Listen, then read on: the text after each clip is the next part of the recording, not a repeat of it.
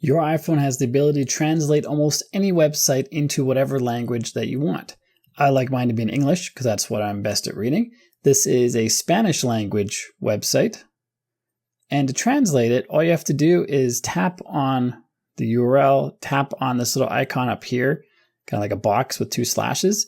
There's going to be an option in this list here to translate. I'm going to choose Translate to English. It's just going to take a second. It sends this website to Apple headquarters or their servers or somewhere, translates it there, and then sends it back. So this is done, the translation is done off phone. I'll show you in a minute how you can do translations on your phone and never send data to Apple. But first, I'm going to show you how to translate a Russian website. It's the same idea, but I think it's pretty impressive because Russian has Cyrillic, is that right? Cyrillic characters, which are non-Arabic, not ABCD, not letters like we know, or that like I'm familiar with anyway. So it's interesting we can translate this so easily. Just tap on that icon again, translate to English, and Bob's your uncle. It's translated. The whole thing, the ads and everything, which is pretty sweet. Inside of your settings app is where there's some more settings related to this. So if you go into your settings app and you scroll to the very bottom and then tap on apps and then tap on T, open the Translate app. Here we can choose to have translations done on our device. If I turn this on, then I'm going to have to also download the translations. If I tap on languages here, I can download translations for all these languages. The translation packs or whatever it is they download so you can translate back and forth between these languages. So if you have it set to on-device mode, you got to download stuff over here.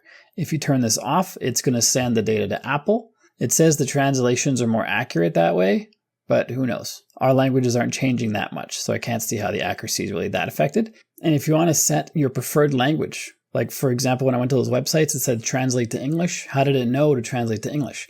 This is in your settings as well, and we can change it. So if we go back to our main settings list and then go to general, there should be an entry here called language. There it is, language and region. Tap on that to open it. Up here we see our preferred language as English, and we can add more. So we could have on the website, back over here, where we had the translate option, it said translate to English, but it could also be translate to Portuguese or Spanish or Russian or Italian or whatever you want. So you have different options to translate to by setting up multiple preferred languages here. And to add a language, just tap on add language and then tap on whatever you want and just follow any steps that are necessary. I doubt there's very many. And you have another language added as your preferred language. Next up, check out this video right here, which shows you how to encrypt text messages on your phone. If you want them to be totally private, this is the video for you. So make sure you check that out next. If you got value from this video, like and subscribe to let me know, and I'll see you on this one.